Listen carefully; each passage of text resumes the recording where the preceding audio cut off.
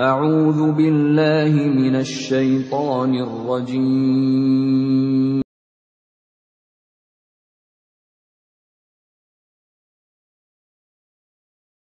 Assalamualaikum.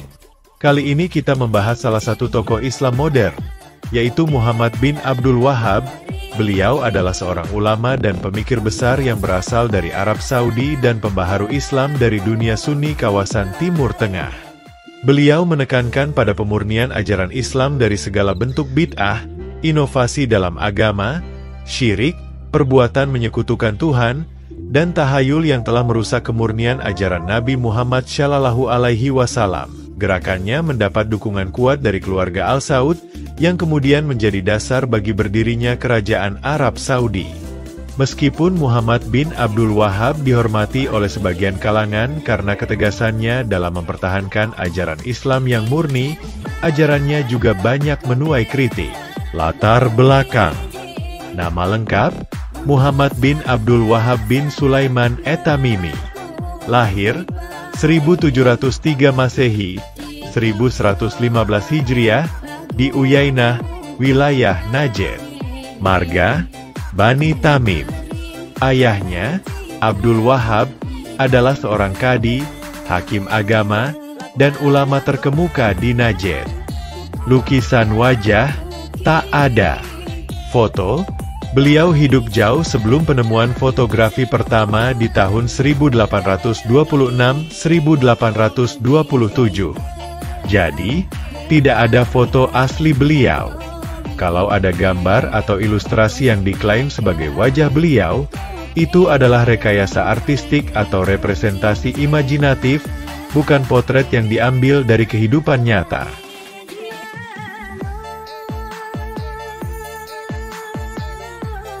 Pendidikan. Belajar ilmu-ilmu dasar Islam di bawah bimbingan ayahnya. Melakukan perjalanan ilmiah ke berbagai kota besar Islam, Makkah dan Madinah, belajar hadits dan tauhid. Basrah, Irak, disinilah beliau mulai mengalami pertentangan atas dakwahnya. Damaskus dan Hijaz, memperdalam fikih Hanbali, tafsir, dan akidah. Gerakan pembaruan dan dakwah.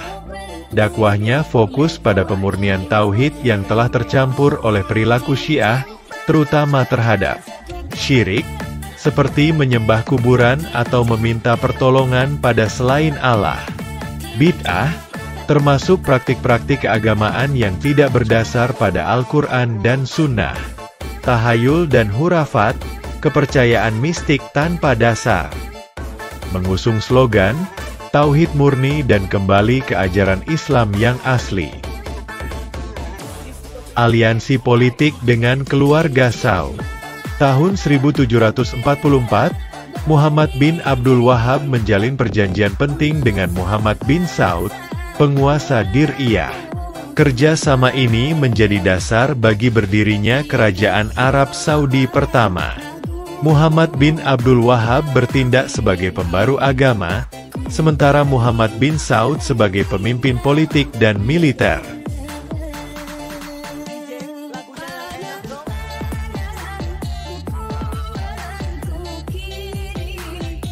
Kontroversi dan perlawanan.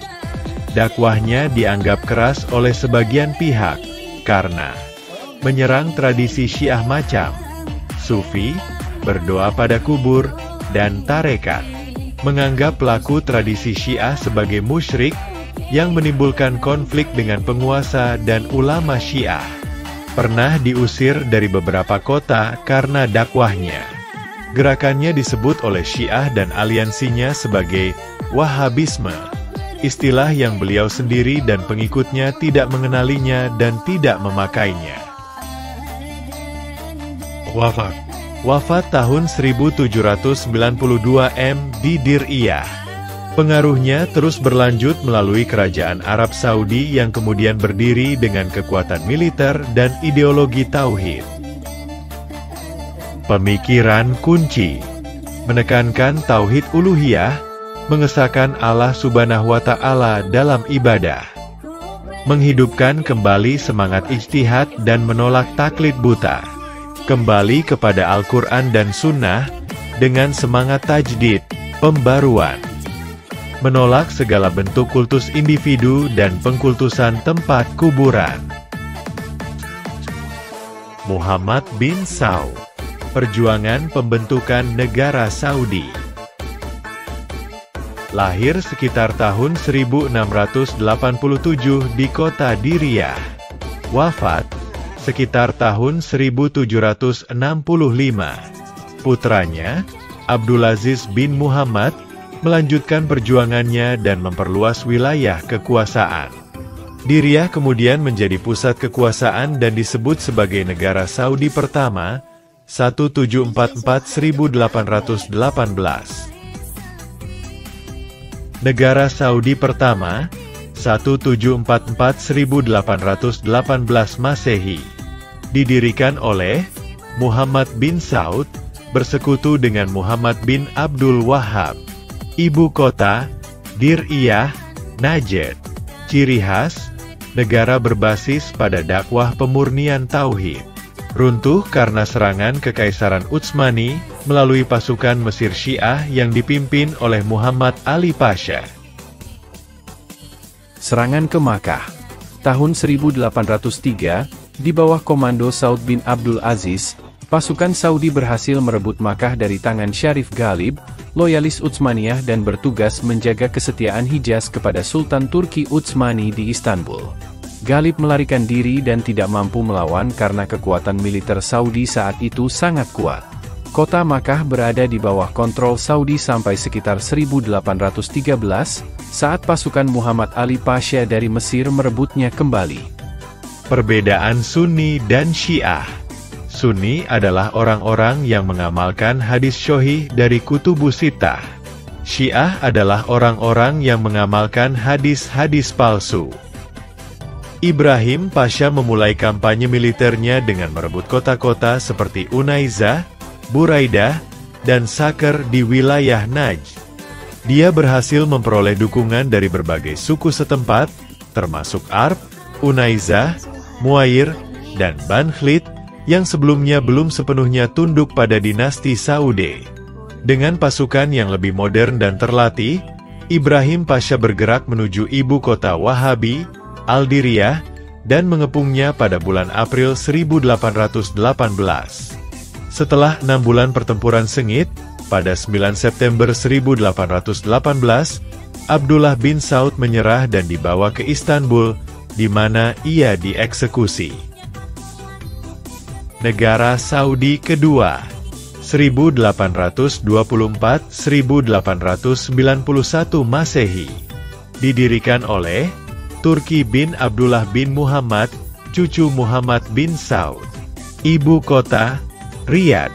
Sifatnya lebih lemah dari yang pertama dan sering dilanda konflik internal. Runtuh akibat perebutan kekuasaan dan diserbu oleh suku Rashid dari Hail.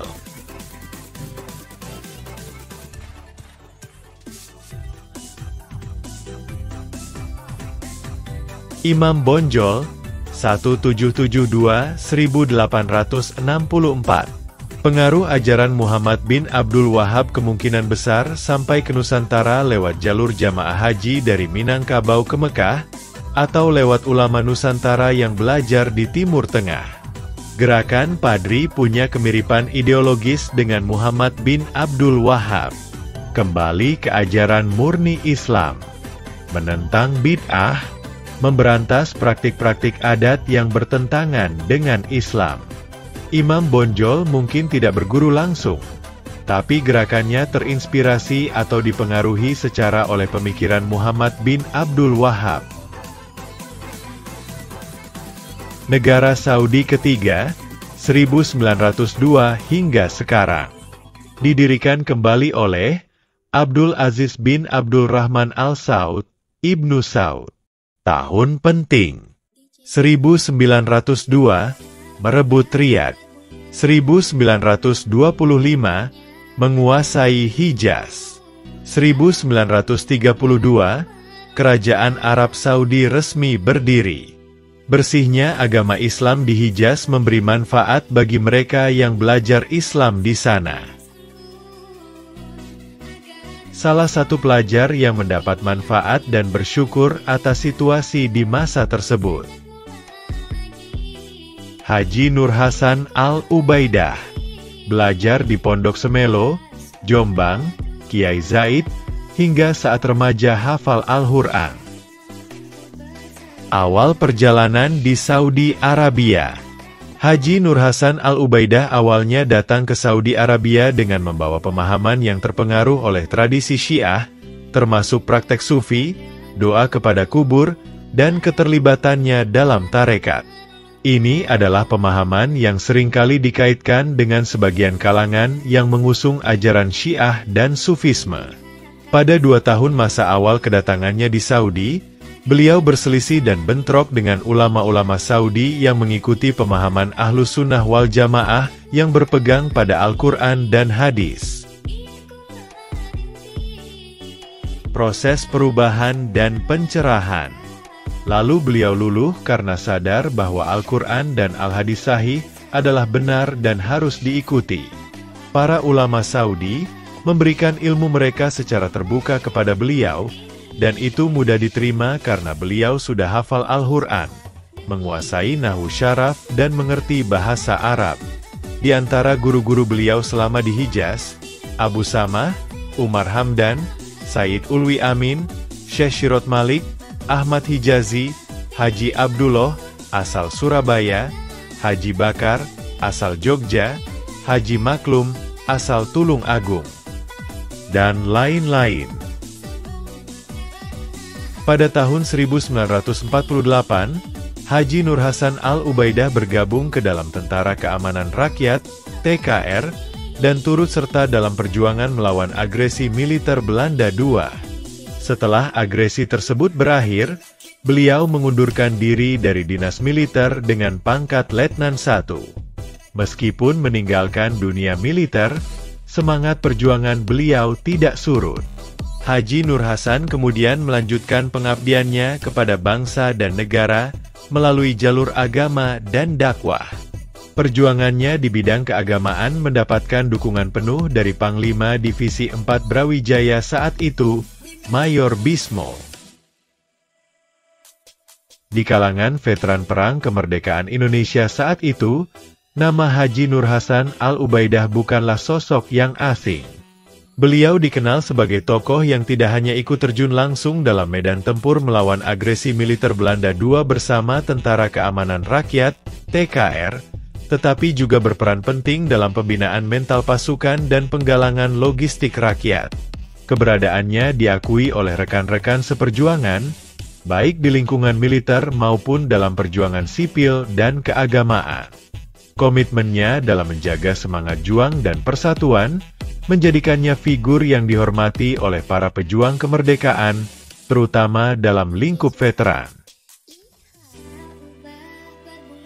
Karakter Haji Nur Hasan Al-Ubaidah sebagai seorang ulama menunjukkan keteladanan yang luar biasa dalam menjalankan amanah dan tanggung jawab keagamaan.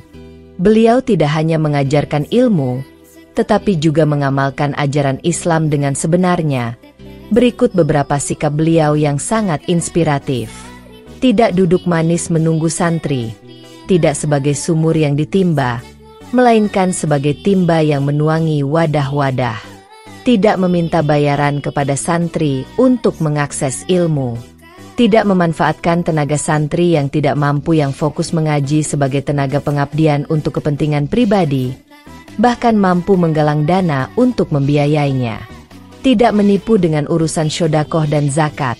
Beliau menyalurkan zakat dan syodakoh ke tempat yang semestinya, tanpa ada manipulasi atau pemanfaatan untuk kepentingan pribadi. Tidak meminta fasilitas khusus. Ketika memberikan tausiah atau mengajar, beliau tidak meminta fasilitas khusus, seperti makanan yang enak atau tempat makan favorit. Menyalurkan bantuan pada sabilillah. Setiap pemberian atau sesuatu yang diterima beliau salurkan untuk kepentingan yang lebih besar, seperti amal jariah dan kegiatan yang bermanfaat bagi umat. Pembiayaan pengajian umum. Haji Nur Hasan Al-Ubaidah tidak segan untuk datang dan mengeluarkan uang pribadinya untuk membiayai acara pengajian umum di tempat yang jauh. ikut terjun bersama para santri dalam kegiatan kekompakan, Amrin Jami.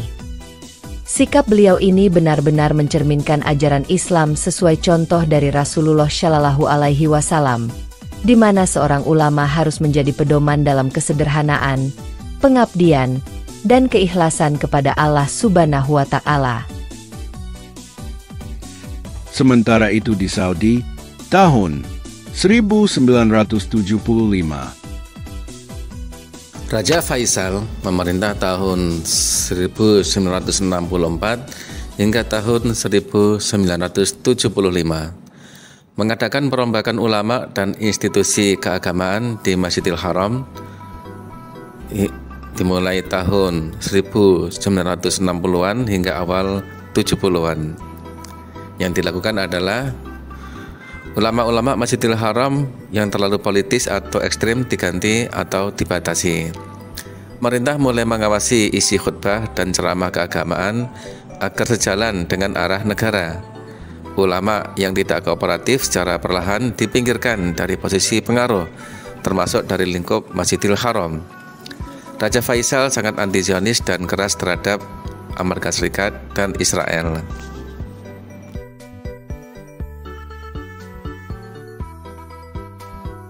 Dibunuh oleh keponakannya sendiri, Pangeran Faisal bin Musaid. Terjadi saat Raja Faisal menerima tamu di Istana Riyadh. Pangeran Faisal mendekat seolah ingin mencium tangan raja, adalah tradisi Arab, lalu menembaknya dari jarak dekat.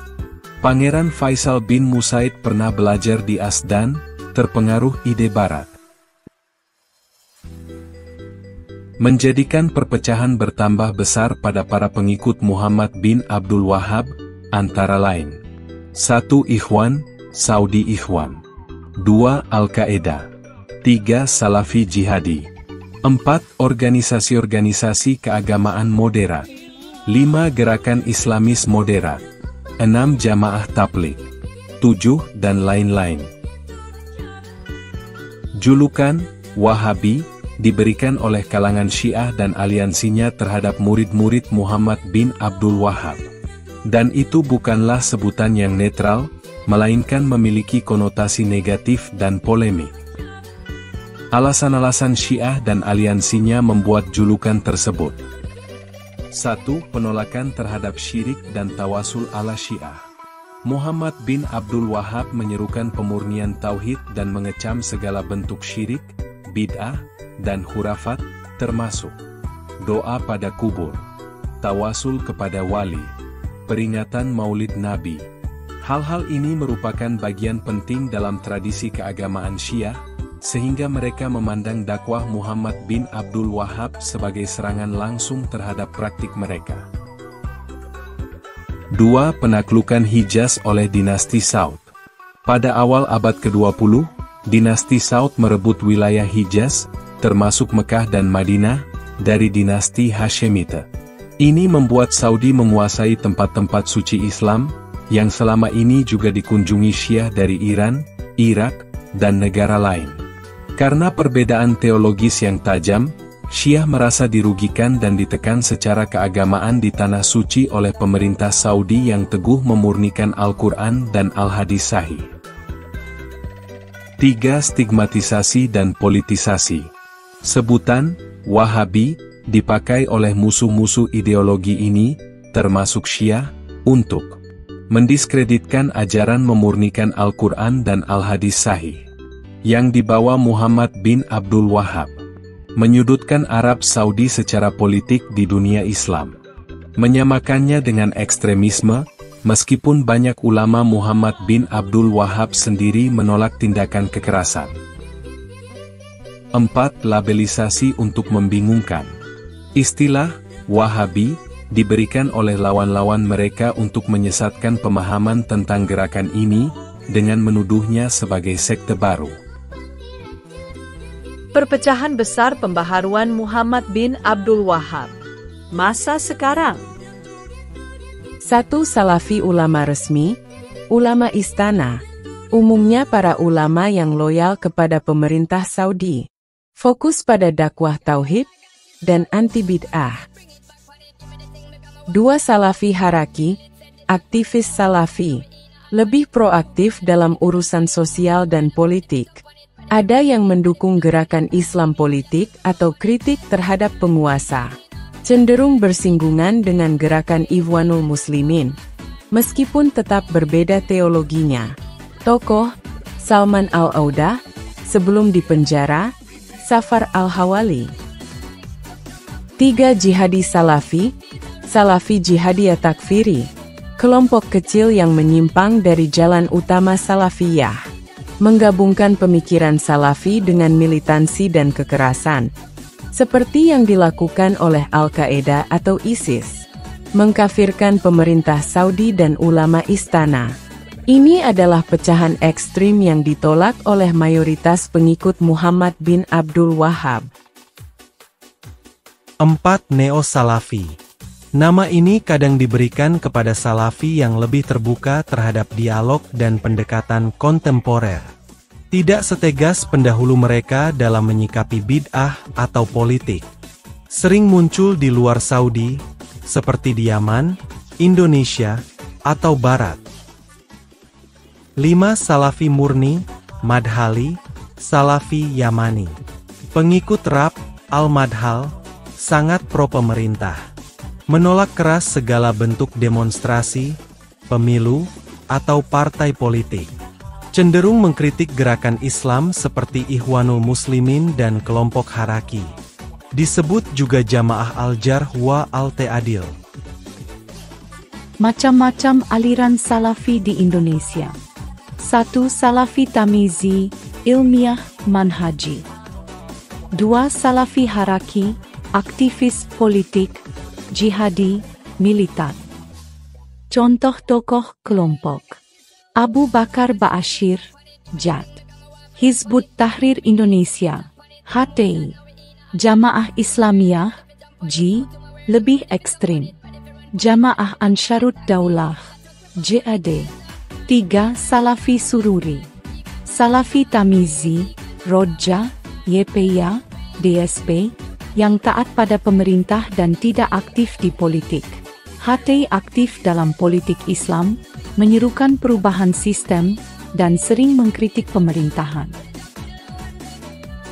Melalui kisah perjuangan dan keteladanan Muhammad bin Abdul Wahhab serta Haji Nur Hasan Al-Ubaidah, kita belajar bahwa dakwah dan pembaruan dalam Islam hanya dapat dilakukan dengan semangat juang, keilmuan, dan keikhlasan kepada Allah Subhanahu wa Ta'ala.